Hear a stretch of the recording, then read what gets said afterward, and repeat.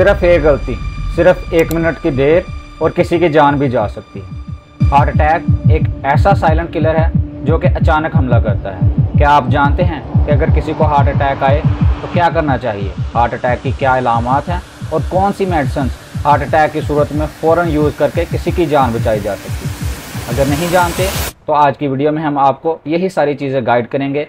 तो ऐसी इमरजेंसी सूरत हाल में आपको कम अज़ कम कुछ ना कुछ नॉलेज तो होना चाहिए जिससे आप अपनी या अपने अजीज़ो अकारिब की जान बचा सकें। तो आज की इस वीडियो में हम यही सारी चीज़ें कवर करने लगे हैं। लेकिन उससे पहले अगर मेरे चैनल पर नए हैं, मज़ीद ऐसे ही इंफॉर्मेटिव वीडियोस देखना चाहते हैं तो मेरे चैनल डॉक्टर एहतशाम को सब्सक्राइब कर लें।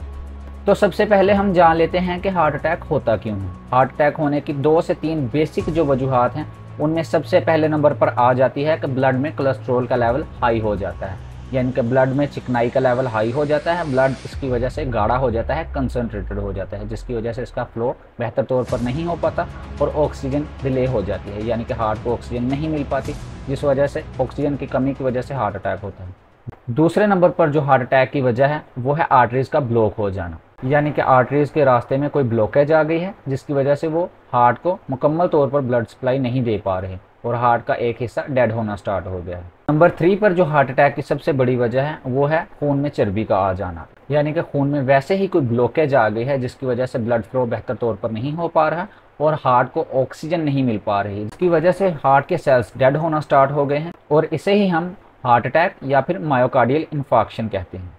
अब बात करते हैं हार्ट अटैक के सिम्टम्स क्या हो सकते हैं, यानी कि अगर आपको या फिर आपके किसी अजीज़ो अकारिब को हार्ट अटैक या फिर मायोकार्डियल इन्फेक्शन हो तो आप कौन से सिम्टम्स देखेंगे तो आपको पता चल जाएगा कि इसे हार्ट अटैक आ रहा है या फिर इसे वैसे ही कोई पेन है।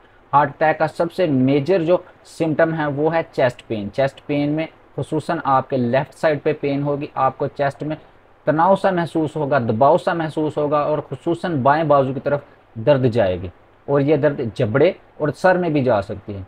खुसूसन आपके बाएं बाजू में दर्द होगी और एक जकड़न सी अजीब सी कैफियत हो जाएगी। इसके अलावा दूसरे नंबर पर जो सिम्टम है वह है बहुत ज़्यादा पसीना आना। आपको रेगुलर पसीना तो आता ही है लेकिन इससे ज़्यादा आपको पसीना आएगा और बहुत ज़्यादा घबराहट होगी। तीसरे नंबर पर जो मेजर सिम्टम है वो है आपके जिस्म का बेजान हो जाना और आपको बहुत ही ज़्यादा अजीब सी कैफियत, थकावट वाली कैफियत हो जाना। तीसरे नंबर पर जो मेजर हार्ट अटैक सिम्टम है वो है सांस की कमी हो जाना, यानी कि पेशेंट को ऐसा फील होगा जैसे कि उसे सांस नहीं आ रहा। चौथे नंबर पर जो सिम्टम पाया जाता है वो है पेशेंट फील करेगा कि जैसे कि मैं मरने वाला हूँ। अब एक स्टेप और आगे बढ़ते हैं और मैं आपको बताता हूँ कि अगर आपको या फिर किसी और को मायोकार्डियल इन्फार्क्शन हो तो आपको कौन सी मेडिसिन यूज़ करनी चाहिए फर्स्ट एड के तौर पर कि आपकी जान बचाई जा सके। तो अगर किसी को हार्ट अटैक आ जाए तो आपको सबसे पहले तो उसे आरामदेह जगह पर बिठा देना है, अगर लेटा दें तो ये उससे भी ज़्यादा बेहतर होगा। इसके अलावा उसकी वेंटिलेशन का भरपूर ख्याल रखें कि उसे मुकम्मल तौर पर सांस आ रहा है या नहीं। अगर किसी ठंडी जगह पर उसे बिठा दें या फिर लेटा दें तो और ज़्यादा बेहतर होगा। और इसके बाद आपको कौन सी मेडिसिन यूज़ करनी चाहिए? बिल्कुल, अगर किसी को हार्ट अटैक आ गया है तो आपको चाहिए कि एक एंजीसेड के नाम से सोर्बिट्रेट 3 mg एक टैबलेट होती है, यह आपको पेशेंट को फौरी तौर पर देनी है और उसे बोलना है कि इसे ज़ुबान के नीचे रख ले। इसे हम 3 मिनट के वक्फे के साथ 3 मरतबा दोहरा सकते हैं। ये क्या करती है? यह आपके ब्लड के फ्लो को बेहतर करती है, आपकी आर्टरीज को फैला देती है और आपके खून को पतला कर देती है, जिसकी वजह से खून का फ्लो बेहतर हो जाता है और आपके हार्ट तक ऑक्सीजन की सप्लाई पहुंच जाती है। इसके अलावा एस्प्रिन 300 mg एक टैबलेट होती है, ये हार्ट अटैक की सूरत में आपको पेशेंट को फौरी तौर पर देनी चाहिए। ये भी खून को पतला करती है जिसकी वजह से खून का फ्लो बेहतर हो जाता है और फ्लो बेहतर होने की वजह से खून को ऑक्सीजन देना आसान हो जाता है, यानी कि हार्ट को ऑक्सीजन अच्छे तरीके से पहुँच जाती है और ये बहुत ज़्यादा इफेक्टिव है हार्ट अटैक के पेशेंट्स में। इसके अलावा अगर पेशेंट होश में नहीं है तो आपको फौरी तौर पर CPR का अमल शुरू कर देना चाहिए, क्योंकि CPR से पेशेंट की जान बच सकती है। अगर जानना चाहते हैं कि CPR का प्रोसेस कैसे देना चाहिए तो कमेंट कर दें यस, मैं उस पर एक कंप्लीट वीडियो बना दूंगा। इसके बाद अगर आप देखें कि पेशेंट अनकॉन्शियस हो रहा है और आपकी रेस्क्यू टीम भी नहीं आ रही तो आपको ये दोनों टैबलेट्स पेशेंट को फौरी तौर पर यूज़ करवा देनी चाहिए और इसके बाद रेस्क्यू टीम का फौरी तौर पर बंदोबस्त करना चाहिए। अगर रेस्क्यू टीम अवेलेबल ना हो तो हॉस्पिटल जाना बहुत ही ज़्यादा ज़रूरी है। आपको चाहिए कि आप किसी व्हीकल का बंदोबस्त करके खुद हॉस्पिटल पहुंच जाए। पेशेंट हॉस्पिटल पहुंच जाए तो फौरी तौर पर डॉक्टर्स उसकी ईसीजी करवाएंगे, एंजियोप्लास्टी करवाएंगे और उसे आईसीयू में शिफ्ट कर देंगे। आपका काम यहाँ पर ख़त्म हो जाता है।